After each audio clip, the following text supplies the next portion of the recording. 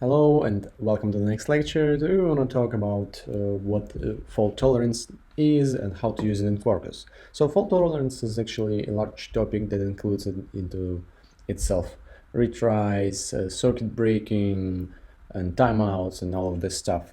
So this helps to keep your app healthy.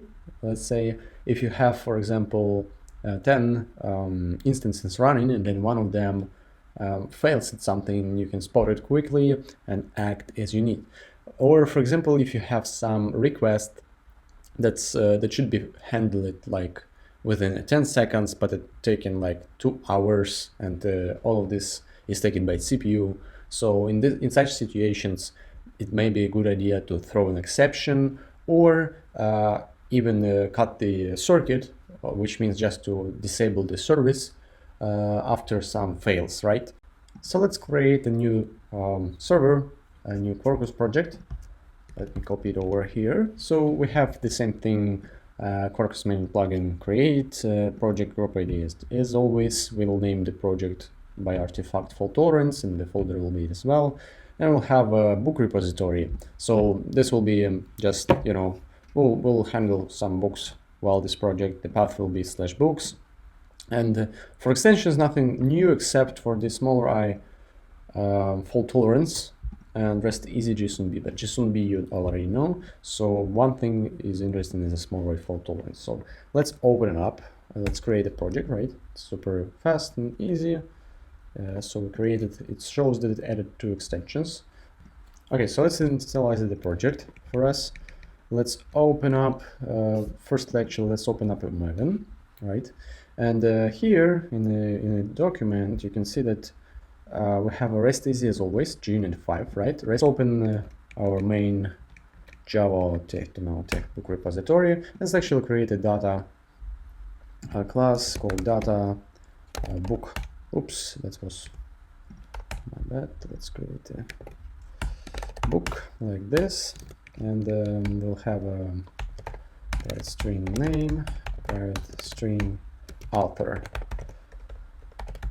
and maybe private string ID for like something like this. Let's create a few getters and setters for it. Let's create a constructor just in case, right?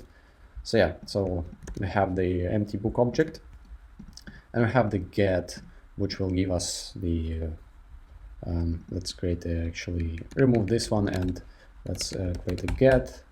Oops, not this one. Get public. What is this?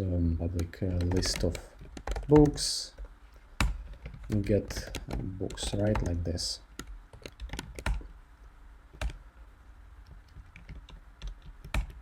Import class, and then return new. Let's erase as list, and then new book. Actually, let's create a better constructor for us as well. Constructor is all the fields, and then one, book one, and then author one. And let's actually make it like this. And so we can put here 2, and here we can put 3. So we'll have like 3 books by 3 authors. Yes, so let's use a Quarkus dev. Maven v Quarkus dev.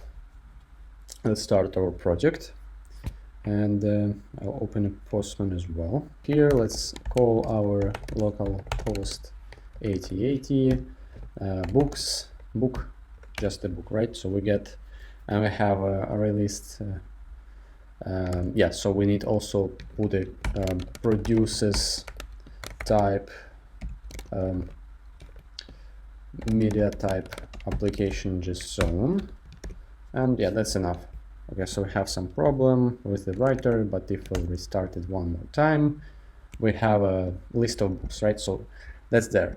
So first thing about what we can speak about the fault tolerance is retries. So I had once a problem with a repository with a remote database that was failing because it was set up incorrectly. So it wasn't failing all the time. It was like if you don't call it like for 15 minutes or so, for 15 seconds or something like this, the next request will be failing. So that can be fixed from the database part, from the developers from this place. But unless, so for example, they're like on vacation or they're too lazy to make it, you can do a retries, right? So let's imagine that this arrays list is actually calling the database. We'll see it in the next chapter, but the database part. But let's say that sometimes it will fail, right? Somehow. So let's create a method that will. We can just put actually here like if let's take a random new random next boolean if the then throw new runtime exception couldn't connect to database or something like this, right? So now this will fail 50% of the time. If fail, then throw an exception, right? So now if we'll call it, so you have an exception here, exception, no exception here, right? So we emulate in some case, right? So so what we can do in our case is just to put retry, and then number of times. So let's say we want to, so you've seen that 2 times wasn't working, right? And so yeah, you can put max retries, for example, max retries will be 4, and then we also can put a delay with the number of microseconds, right? So like this.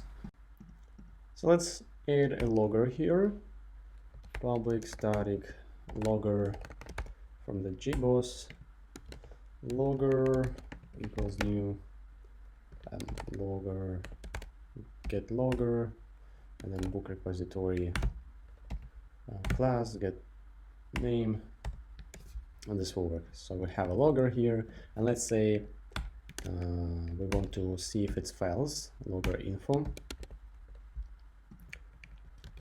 couldn't connect to a database, like this, right? So we'll see now we can go to Postman, call the books, and actually see the amount of times it failed. So let's call it, and as you see that couldn't connect to the database. So this time it was 2 times, so 2 times it failed.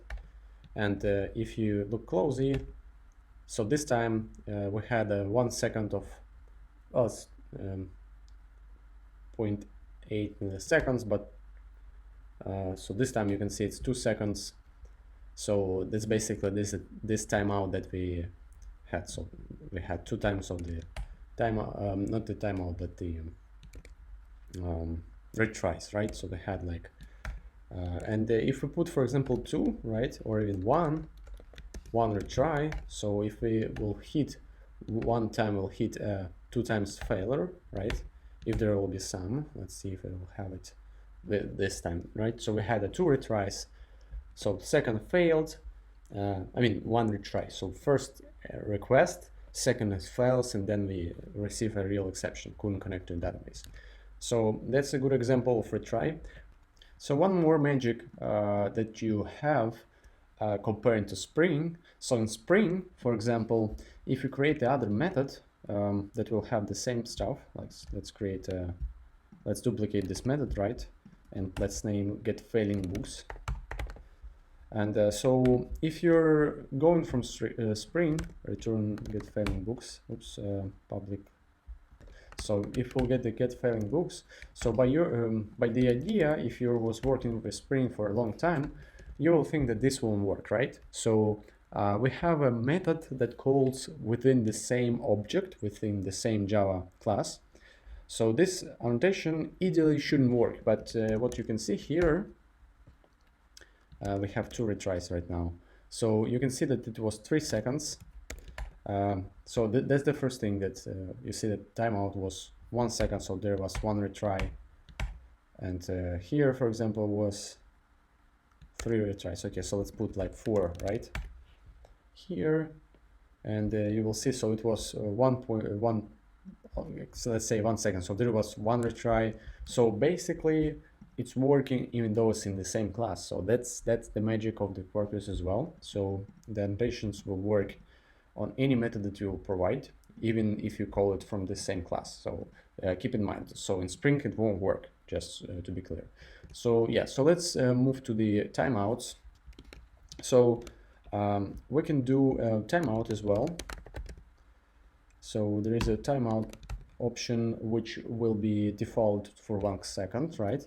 So in our case, if we fail, let's play connect, and let's say thread sleep for 2 seconds, right? So something like this. And yeah, we have this, let's set it to exception and yeah, automatic signature, whatever. So in this case, the timeout will be default 1 second. That's okay. So now with this field, we can put it to here as well. It will be more convenient for us. So let's actually remove this method whatsoever. So I have 1 for the clarity. So in this case, if we're failing, so we'll fail with a timeout, right? So we can call, and at this time everything was okay. So in this time we had a timeout exactly at 1 second, as you can see by the time. And so yeah, so timeout works. If we put it 3 seconds here, you will see that even if it's like have a timeout, in our case it will work, of course.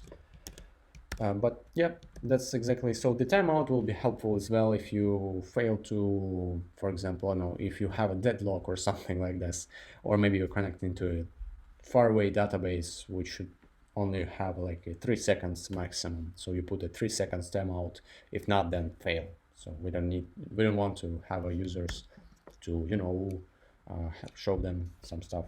So the other way that you can do is the other thing that you can do actually is have a fallback.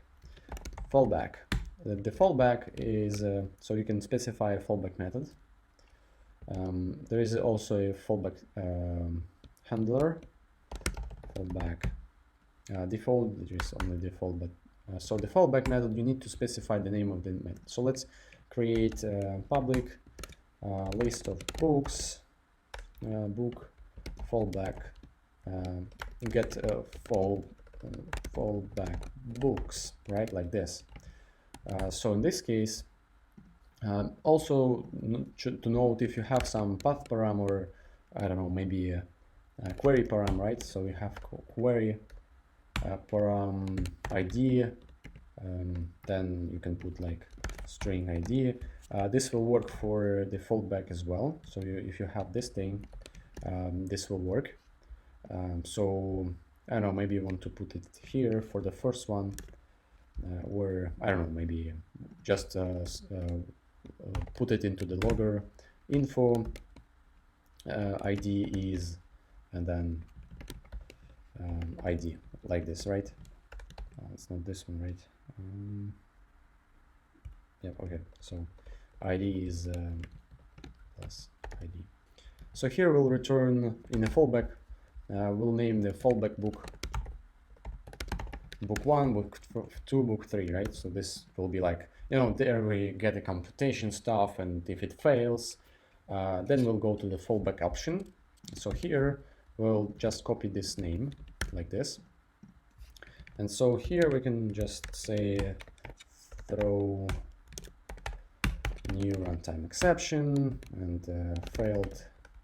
Let's just copy the name of the logger info, right?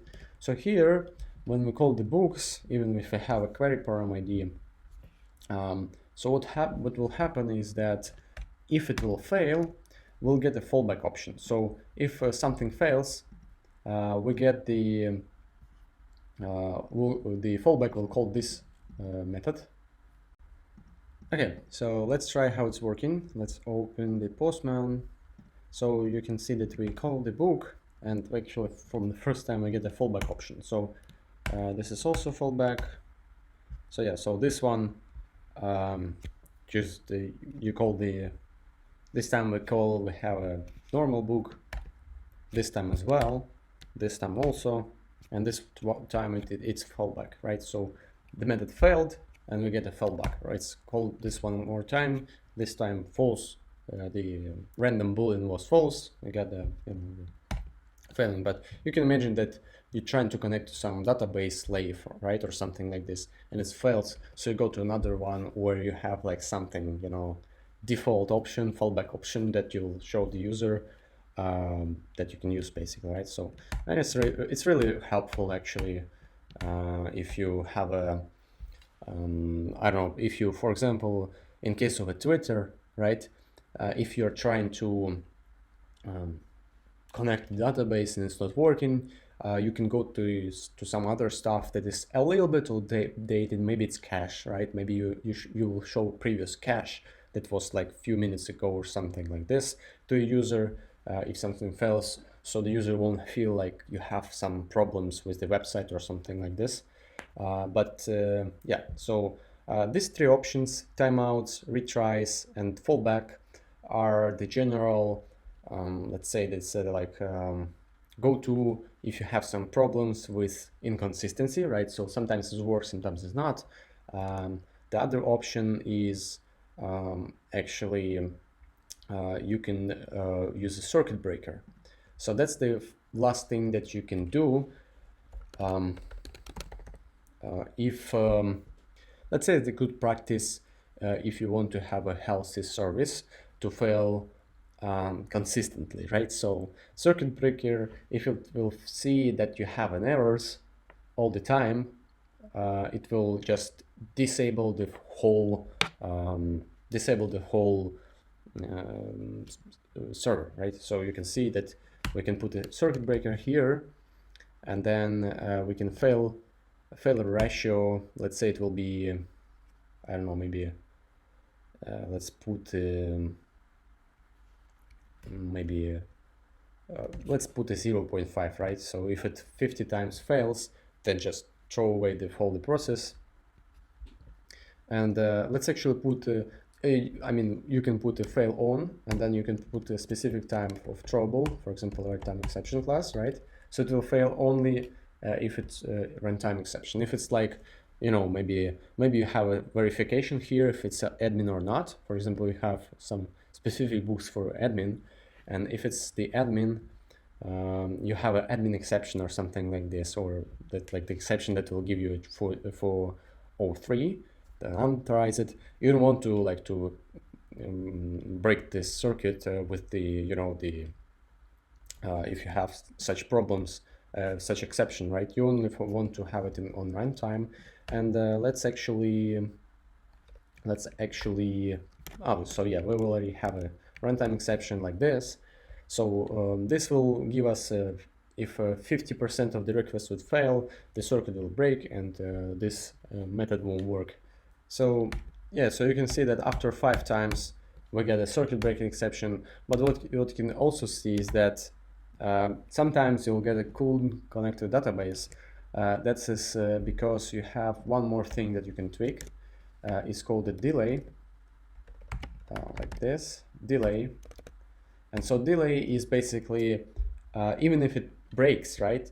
What delay after it breaks should you retry? Should it like, you know, go back? So we can default it's you can see it's 5,000 milliseconds, so it's 5 seconds. You can put it 2,000 seconds, for example, right now.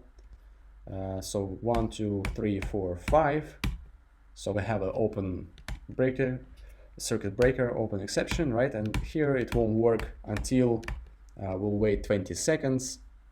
After it, you'll get one more time. You need to put 5 times the circuit breaker, and yeah, so we can check for, yeah, so you have this, you see it, so it's still couldn't connect to a database, it's tried, and then you need to like to wait again this 20 seconds before the delay will work, so you can retry. If it still fails, the fail ratio is the same, then sorry, you have a circuit break it again. So it's really helpful. Yeah, so you can use 4 of these in many situations. Most of them can be applied for database resources if it fails, if it throws from time to time exceptions, or something like this. So yeah, now you know how to use fault tolerance, and you know how to use retries, timeouts, circuit breaking, and fallback option, right? And this will be really helpful in the future in any project. And yeah, so sometimes it will help you if you have problems not from your side, but you need to present something.